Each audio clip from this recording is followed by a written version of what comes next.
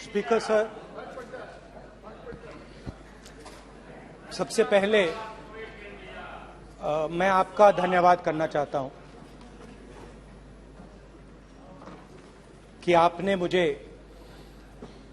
लोकसभा में रीइंस्टेट किया।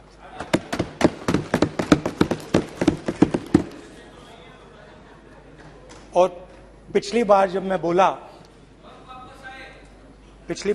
बोला तो शायद मैंने आपको थोड़ा कष्ट भी पहुंचाया, क्योंकि मैंने इतनी जोरों से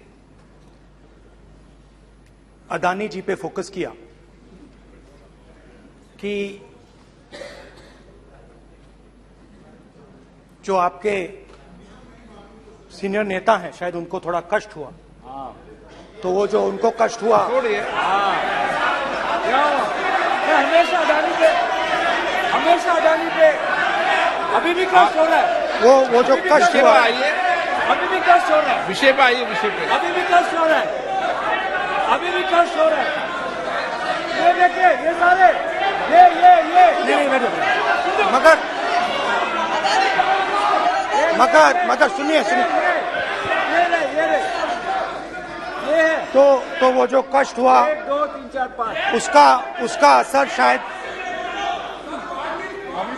आप पे भी थोड़ा हुआ। तो इसके लिए मैं आपसे माफी मांगता हूं, मगर मैंने सिर्फ सच्चाई रखी थी। मगर आज जो मेरे बीजेपी के मित्र हैं, आज आपको डरने की जरूरत नहीं है, डरो मत। क्योंकि आज जो मेरा भाषण है, डरो मत और आप डरो मत।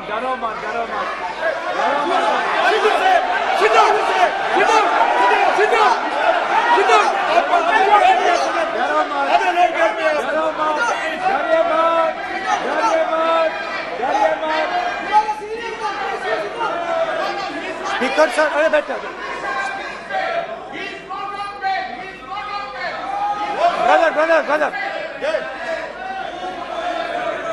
तो आज कोई घबराने की जरूरत नहीं है।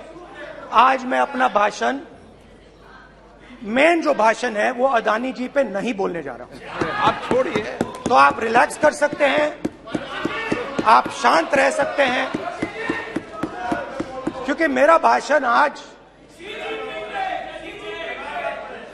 दूसरी डायरेक्शन में जा रहा है।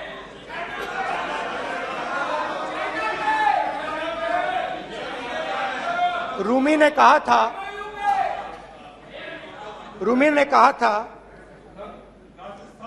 जो शब्द दिल से आते हैं वो शब्द दिल में जाते हैं। तो आज मैं दिमाग से नहीं बोलना चाह रहा हूं, मैं दिल से बोलना चाह रहा हूं।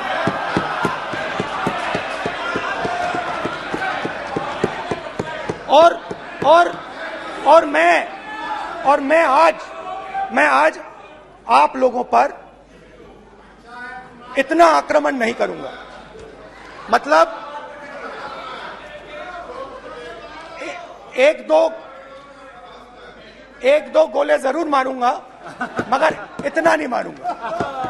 तो आप रिलैक्स कर सकते हैं। डरिए मत।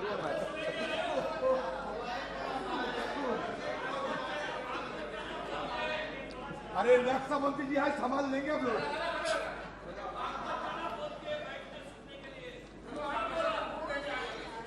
पिछले साल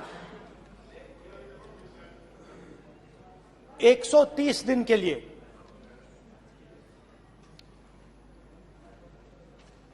मैं भारत के एक कोने से दूसरे कोने तक गया। अकेला नहीं, बहुत सारे लोगों के साथ।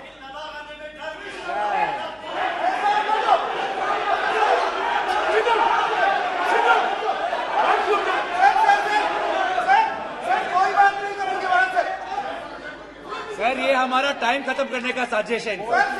प्रधानमंत्री बोलेंगे ऐसे ही होंगे सर।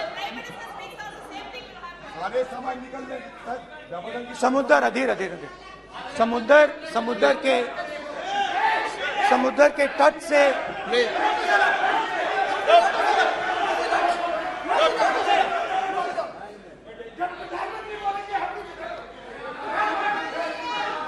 माननीय सदस्य प्लीज प्लीज ऐसे धमकाने का बात की मत बोलो यहाँ पे। यहाँ पे बोलिए, आप उधर भी हाँ बोलिए। प्लीज। मैं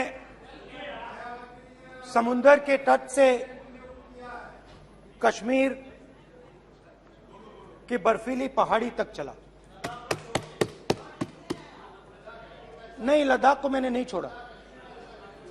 यात्रा अभी खत्म नहीं हुई है, यात्रा जारी है और जरूर लद्दाख आएंगे, घबराइए मत। बहुत सारे लोगों ने मुझसे पूछा यात्रा के दौरान, यात्रा के बाद कि राहुल तुम क्यों चल रहे हो, क्या तुम्हारा लक्ष्य क्या है, कन्याकुमारी से कश्मीर तक क्यों जा रहे हो। और जब वो मुझसे पूछते थे, शुरुआत में मेरे मुंह से जवाब नहीं निकलता।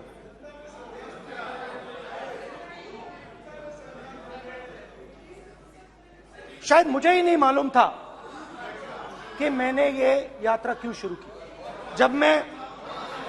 जब मैं कन्याकुमारी से शुरू हुआ, मैं सोच रहा था मैं हिंदुस्तान को देखना चाहता हूं, समझना चाहता हूं, लोगों के बीच में जाना चाहता हूं, मगर गहराई से मुझे मालूम नहीं था।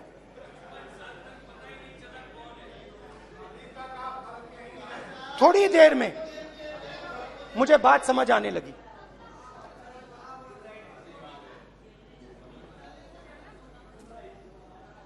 जिस चीज से मुझे प्यार था, जिस चीज के लिए मैं मरने को तैयार हूं, जिस चीज के लिए मैं मोदी जी की जेलों में जाने को तैयार हूं, जिस चीज के लिए मैंने 10 साल हर रोज गाली खाई, उस चीज को मैं समझना चाहता था। ये है क्या जिसने मेरे दिल को इतनी, भाई आप रनिंग कमेंट्री बंद करो नहीं तो हम भी चालू करेंगे। सुनने का आप धैर्य रखो। जिस चीज ने मेरे दिल को इतनी मजबूती से पकड़ रखा था, उसको मैं समझना चाहता। शुरुआत में जैसे मैंने शुरू किया, सालों से मैं हर रोज 8-10 किलोमीटर दौड़ता हूं, तो मेरे दिमाग में था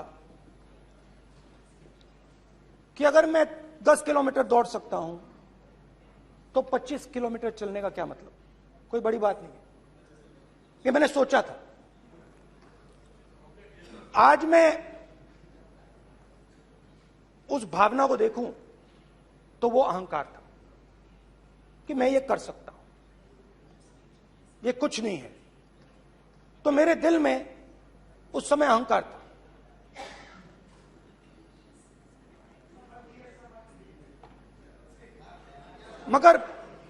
मगर भारत अहंकार को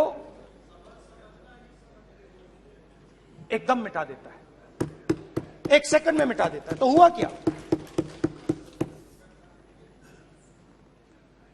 2-3 दिन में मेरे घुटने में दर्द शुरू हो गया। पुरानी इंजरी थी और जबरदस्त दर्द। हर रोज मैं उठूं और मेरे घुटने में दर्द, हर कदम में दर्द। तो पहले 2-3 दिनों में जो अहंकार था,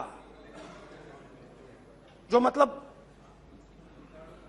भेड़िया जो निकला था, वो चींटी बन गई एकदम।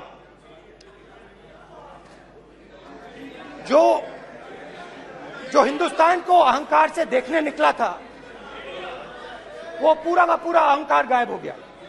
और रोज मैं डर डर के चलूं कि क्या मैं कल चल पाऊंगा। ये मेरे दिल में डर था। और जब भी ये डर बढ़ता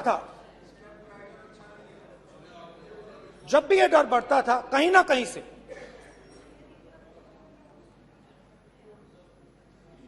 कोई ना कोई शक्ति मेरी मदद कर देती। एक दिन मैं सह नहीं पा रहा था, एक छोटी सी लड़की आती है, मुझे चिट्ठी दे देती। मैंने चिट्ठी खोली, 8 साल की थी, उसमें लिखा था, Rahul, I am walking with you, don't worry. उसने मेरे पैर में चोट देखी और उसने अपनी शक्ति मुझे दे दी। सिर्फ उसने नहीं, लाखों लोग ने। और शुरुआत में जब मैं चल रहा था, कोई किसान आता था, मैं एकदम पहले उसको अपनी बात बताता था कि आपको ये करना चाहिए, आपको इस प्रकार से काम करना चाहिए। मगर इतने लोग आए, हजारों लोग आए, कि थोड़ी देर में मैं बोल नहीं पाया।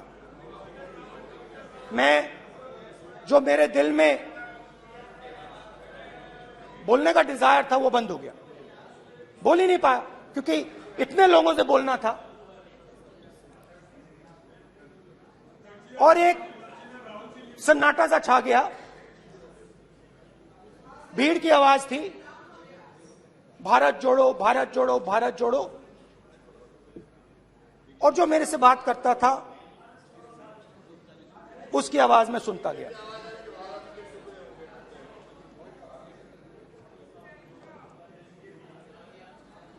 हर रोज सुबह 6 बजे से रात 7-8 बजे तक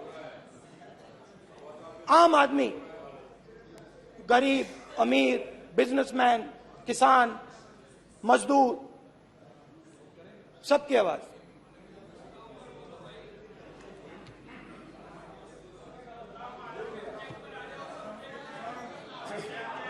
आ रहा हूं। आप कल से रुके, अब थोड़ा और रुक लो, 5-10 मिनट रुक जाओ। तो ये चलता गया, मैं बात सुनता गया। और फिर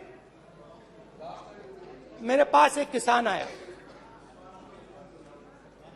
और किसान ने हाथ में रुई पकड़ी हुई थी, और उसने मुझे कहा, अध्यक्ष महोदय, उसने मुझे कहा, मेरी आंख में देखकर उसने मुझे अपना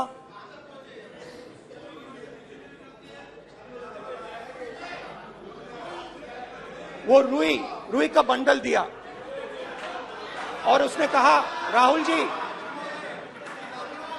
यही बचा है मेरे खेत का, यही बचा है, और कुछ बचा नहीं है। मैंने उससे, जो मैं नॉर्मली सवाल पूछता था, भैया आपको बीमा का पैसा मिला, वो पूछा। बीमा का पैसा मिला, वो पूछा। और किसान ने मेरा हाथ पकड़ा। किसान मुझे कहता है कि नहीं राहुल जी, मुझे बीमा का पैसा नहीं मिला। हिंदुस्तान के बड़े उद्योगपतियों ने वो मुझसे छीन लिया। मगर इस बार बड़ी अजीब सी चीज हुई। जब मैंने किसान को देखा और वो मुझसे बोल रहा था, तो जो उसके दिल में दर्द था वो मेरे दिल में आया। जो उसके आंखों में शर्म थी जब वो अपनी बीवी से बात करता था, वो शर्म मेरी आंखों में आई। जब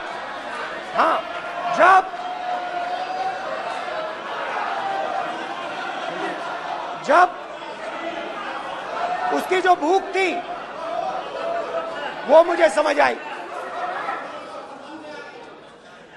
और उसके बाद यात्रा बिल्कुल बदल गई। मुझे भीड़ की आवाज नहीं सुनाई देती थी, मुझे सिर्फ उस व्यक्ति की आवाज सुनाई देती थी जो मेरे साथ बात कर रहा था। उसका दर्द, उसकी चोट, उसका दुख, मेरा दुख, मेरी चोट, मेरा दर्द बन गया। समझने की कोशिश करो।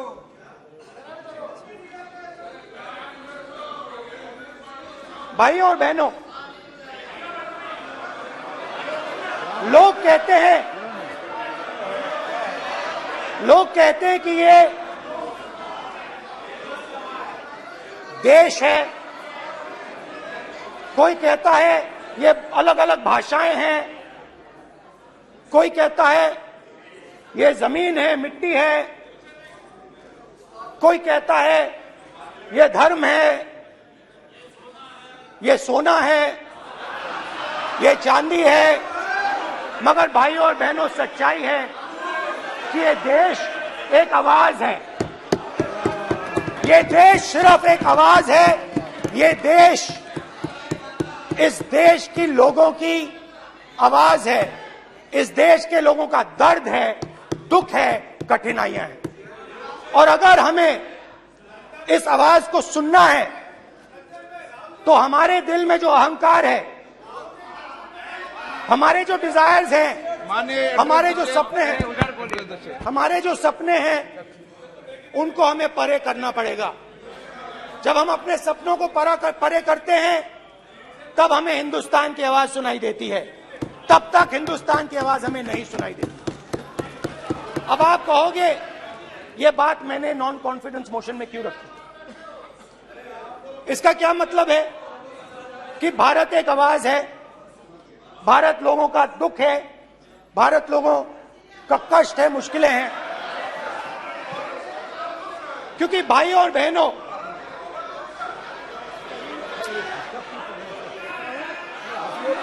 अध्यक्ष महोदय, अब पूरा सूद समेत जवाब तुमको मिलेगा, पूरा सूद समेत जवाब देंगे सर। फिर आप हमें मत रोकेगा सर। अध्यक्ष महोदय, फिर आप हमें मत रोकेगा सर। आप हमें मत रोकेगा, फिर आप हमें मत रोकेगा, आप हमें मत रोकेगा, फिर आप हमको मत रोकेगा सर। हम सब देख रहे हैं, सब सुन रहे हैं, आप हमको फिर मत रोकेगा सर। तो स्पीकर सर, भारत एक आवाज है। भारत इस देश के सब लोगों की आवाज है। और अगर हम उस आवाज को सुनना चाहते हैं, हमें अहंकार को, नफरत को मिटाना पड़ेगा। स्पीकर सर, कुछ ही दिन पहले मैं मणिपुर गया। हमारे प्रधानमंत्री नहीं गए, आज तक नहीं गए, क्योंकि उनके लिए मणिपुर हिंदुस्तान नहीं है।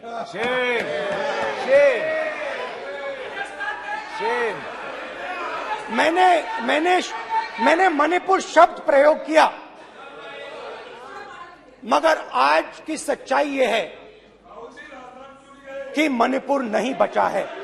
मणिपुर को आपने दो भाग में कर दिया है। मणिपुर को आपने बांट दिया है, तोड़ दिया है। मैं मणिपुर में रिलीफ कैंप्स में गया। रिलीफ कैंप में आज जा रहा हूं,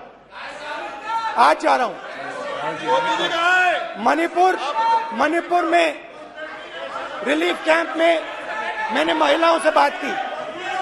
ठीक है सर, अब आप मत रोकेगा। It's not fair. आप हमको मत रोकेगा। You tolerate this all this.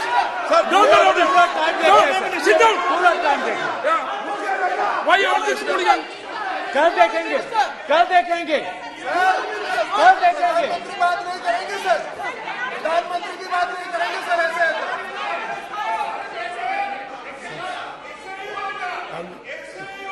सूद समय मैं जवाब मणिपुर मिलेगा। गया और मणिपुर के कैंप्स में मैंने महिलाओं से बात की, बच्चों से बात की, जो हमारे प्रधानमंत्री जी ने आज तक नहीं किया। एक महिला मुझे कहती है, मैंने उनसे पूछा, बहन क्या हुआ आपके साथ? What's this? एक एक मंत्री बोल रहे हैं, कल आप बोले एक एक मंत्री खड़े होके बोल रहे हैं, एक एक मंत्री खड़े होके ऐसे कर रहे हैं। एक एक मंत्री खड़े होंगे तो पूरे सांसद खड़े होंगे यहाँ पे, पूरे सांसद खड़े होंगे यहाँ पे। बैठे नहीं है, चुपचाप करिए। कल पूरे सब खड़े होंगे, पूरे सब खड़े होंगे। कल कांग्रेस पार्टी ने पूरा देश खड़ा होगा आपके खिलाफ, तो पूरा देश कल आपके खिलाफ खड़ा होगा। मैं बहुत सारी महिलाओं से बात किया, मगर मैं आपको दो उदाहरण देना चाहता हूं। एक महिला मुझे कहती है, मैंने कहा क्या हुआ तुम्हारे साथ? कहती है, मेरा छोटा सा बेटा, महिला का सम्मान करें प्लीज, ये सम्मान। एक ही बच्चा था मेरा, कोई शर्म कर लो गल मारी। एक ही बच्चा था मेरा, मेरे सामने, मेरे आंखों के सामने उसको गोली मारी है।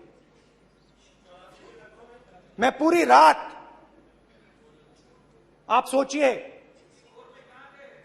आप अपने बेटे के बारे में, बेटों के बारे में सोचिए, मैं पूरी रात उसकी लाश के साथ लेटी रही। झूठ नहीं, झूठ आप बोलते हो, झूठ मैं नहीं बोलता हूं। मैं पूरी रात उसकी लाश के साथ लेटी रही और फिर मुझे डर लगा, मैंने अपना घर छोड़ दिया, जो भी मेरे पास था वो मैंने छोड़ दिया। मैंने उनसे पूछा, कुछ तो लाई होगी? कहती है, नहीं, सिर्फ मेरे जो कपड़े हैं ये मेरे पास हैं। और फिर इधर उधर ढूंढती है और एक फोटो निकालती है और मुझे कहती है, यही मेरे पास अब बची है।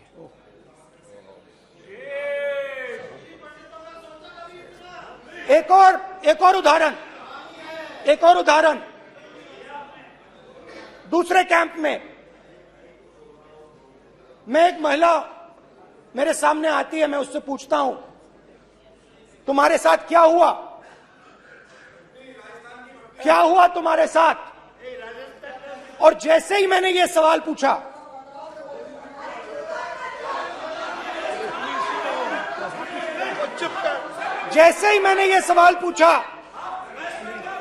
आप महिला का दर्द नहीं सुन सकते, महिला का दर्द नहीं सुन सकते, महिला का दर्द सुनने का आपका धैर्य नहीं है। महिला का दर्द नहीं सुन सकते, महिला का दर्द नहीं सुन सकते। जैसे ही मैंने उससे ये सवाल पूछा, बैठो, जैसे सर, प्लीज सर,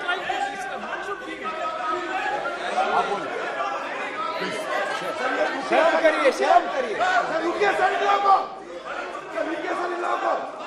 जैसे ही मैंने उससे सवाल पूछा, तुम्हारे साथ क्या हुआ, शर्म नहीं है तेरे को? वैसे ही एक सेकंड में वो कांपने लगी। उसने अपने दिमाग में वो दृश्य देखा और वो बेहोश हो गई। मेरे सामने कांपती हुई बेहोश हो गई। तो ये मैंने आपको सिर्फ 2 उदाहरण दिए हैं।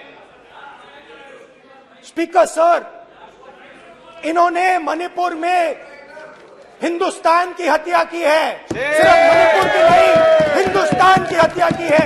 इनकी राजनीति ने मणिपुर को नहीं, हिंदुस्तान को मणिपुर में मारा है। हिंदुस्तान को कत्ल किया है, हिंदुस्तान का मर्डर किया है मणिपुर में।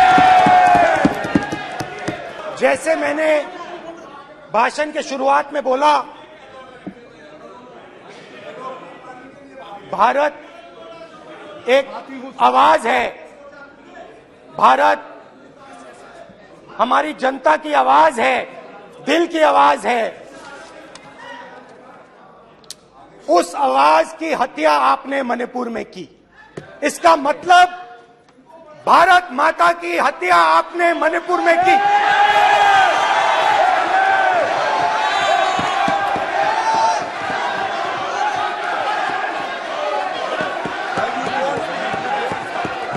भारत माता को आपने मणिपुर के लोगों के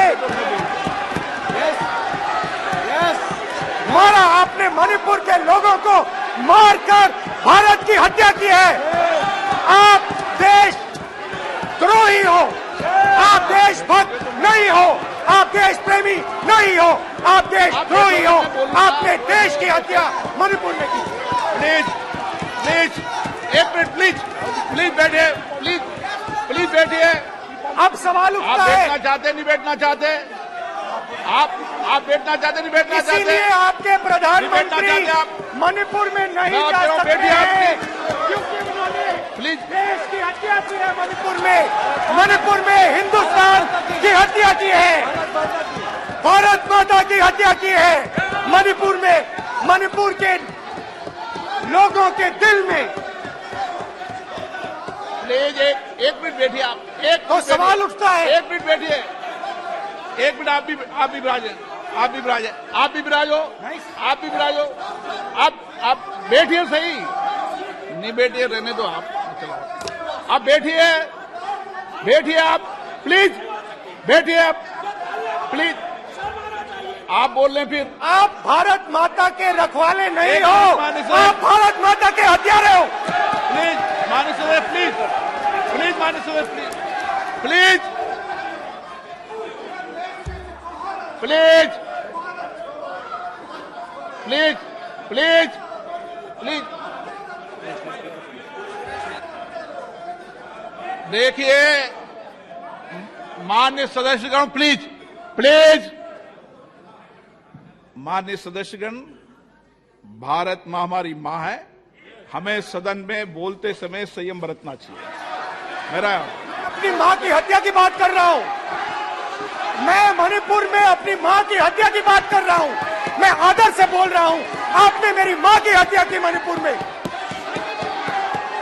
एक मेरी मां यहां बैठी है, दूसरी मां को आपने मणिपुर में मारा है।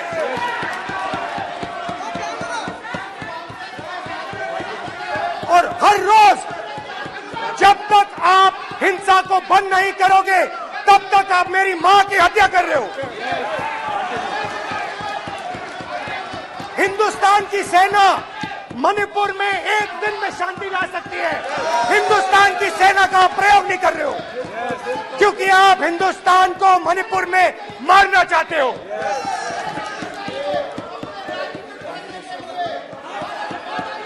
तो अगर नरेंद्र मोदी जी हिंदुस्तान की आवाज नहीं सुनते हैं, अगर हिंदुस्तान के दिल की आवाज नहीं सुनते हैं, तो किसकी आवाज सुनते हैं? दो लोगों की आवाज सुनते हैं।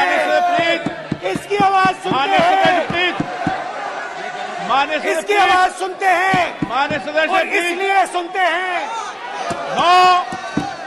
नो ये गलत तरीका माननीय सदस्य, देख लीजिए गलत तरीका है। अडानी जी के लिए मोदी जी ने क्या काम किया है, देख माननीय लीजिए। सदस्य, आप ये पहले आपको और उसको ये लेकर बाद नहीं आए, में। गलत तरीका आपका। माननीय सदस्य, आपका गलत तरीका है, आप सीनियर सदस्य हैं, आप इस तरीके का व्यवहार सदन में मत करिए। आप बात करिए, लेकिन इस तरीके से पोस्टर लाना ये उचित नहीं है किसी तरीके से। रावण दो लोगों की सुनता था। रावण दो लोगों की सुनता था, मेघनाथ और कुंभकर्ण। वैसे ही नरेंद्र मोदी दो लोगों की सुनते हैं, अमित शाह और अडानी। भाई और बहनों, लंका को हनुमान ने नहीं जलाया था, लंका को रावण के अहंकार ने जलाया था। प्लीज माननीय सदस्य, आप संयमित बोले। आप ये सदन है, आप तरीके से बोलिए माननीय राम सदस्य। ने रावण को नहीं मारा था, रावण के अहंकार ने रावण को मारा था। आप पूरे देश में केरोसिन फेंक रहे हो, पूरे देश में आप केरोसिन फेंक रहे हो। आपने मणिपुर में केरोसिन फेंकी और फिर चिंगारी लगा दी।